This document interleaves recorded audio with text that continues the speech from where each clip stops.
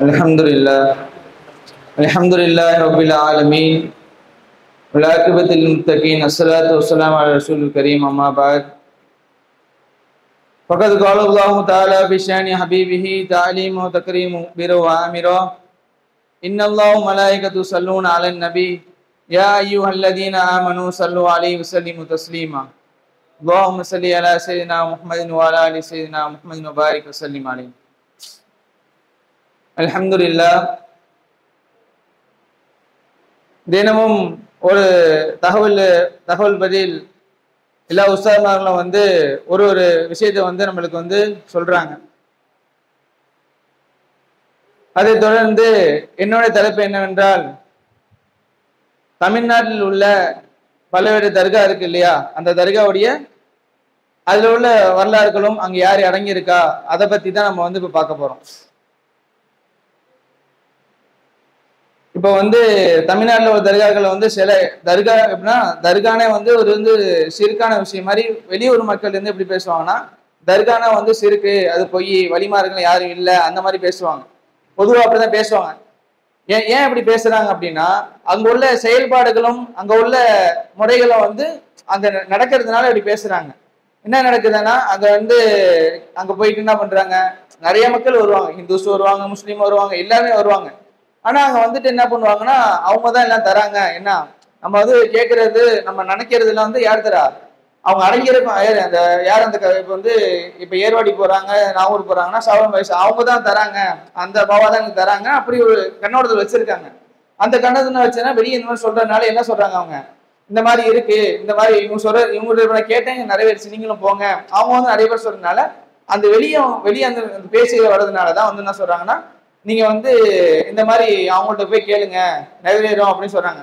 அதனால என்ன பண்றாங்க, மக்கள்லாம் என்ன பண்றாங்கன்னா, அல்லாட்ட கேட்காம என்ன பண்றாங்க, அல்லாட்ட கேட்காம இது தர்காவுக்கு போயிட்டு இது பண்றாங்க.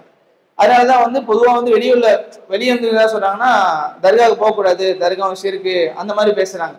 அதான் அல்லாஹ் தஆலா குர்ஆன்ல சொல்லியிருக்கான்ல, வழிமாறுகளை பத்தி குர்ஆன்ல அல்லாஹ் தஆலா சொல்லியிருக்கான். என்ன சொல்லியிருக்கான்னா, வழிமாறு இருக்கிறவங்க உண்மைதான், ஆனா அவங்க யாருக்கும் பயப்பட மாட்டாங்க, யாரையும் பத்தி கவலைப்பட மாட்டாங்க. அவங்க இருக்கிறது அவங்க அல்லாஹ்க்கு மட்டும்தான் பயப்படுவாங்க அப்படின்னு சொல்லியிருக்காங்க. ஏன்னா இப்போ உள்ள காலத்துல எப்படி இருக்காங்கன்னா, தர்கா பெருசா அப்படி பாக்குறாங்க. அல்லாஹ்வுடைய தர்கா தான் பெருசு, அவங்க அடங்கியிருக்கும் தான் பெருசு, அந்த மாதிரி பாக்குறாங்க எல்லாரும்.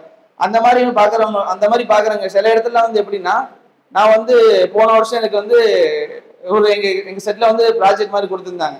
அந்த ப்ராஜெக்ட்ல எனக்கு கொடுத்தது இப்போ தர்காவை பத்தி தான் கொடுத்துருந்தாங்க. அந்த தர்காவை பத்தி கொடுக்கும் போது நான் போயிருந்தேன். கிட்டத்தட்ட 100 ஒரு ஆளுக்கு 100 ப்ராஜெக்ட் முடிக்கணும். 100 தர்காவை பத்தி டீட்டெயில்ஸ், அவங்க பேரு, யாரு, எந்த ஊர், என்ன, அவங்களோட மொத்த டீட்டெயிலும் வரலாறு ஃபுல்லா எடுக்கணும்.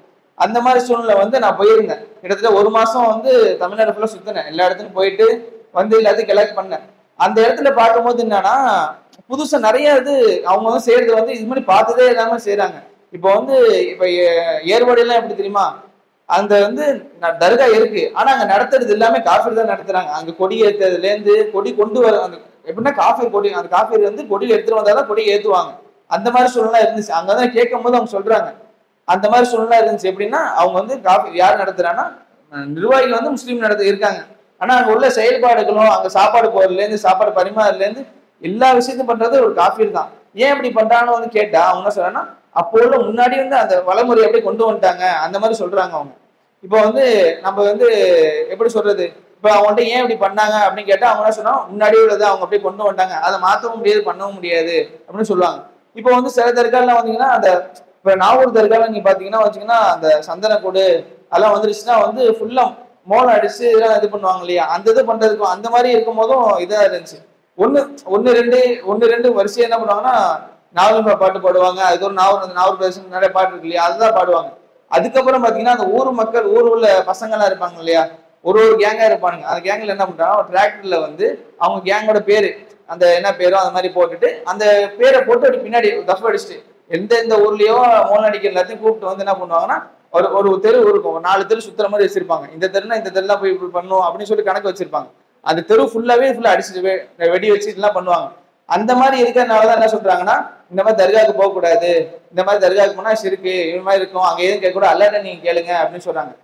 இன்ஷால்லா இதுக்கப்புறம் வரக்கூடிய சந்தர்ப்பத்தில் நான் இதை பத்தி தெளிவாக சொல்லிக்கிறேன். அஸ்ஸலாமு அலைக்கும் வரஹ்மத்துல்லாஹி தஆலா வபரகாத்துஹு.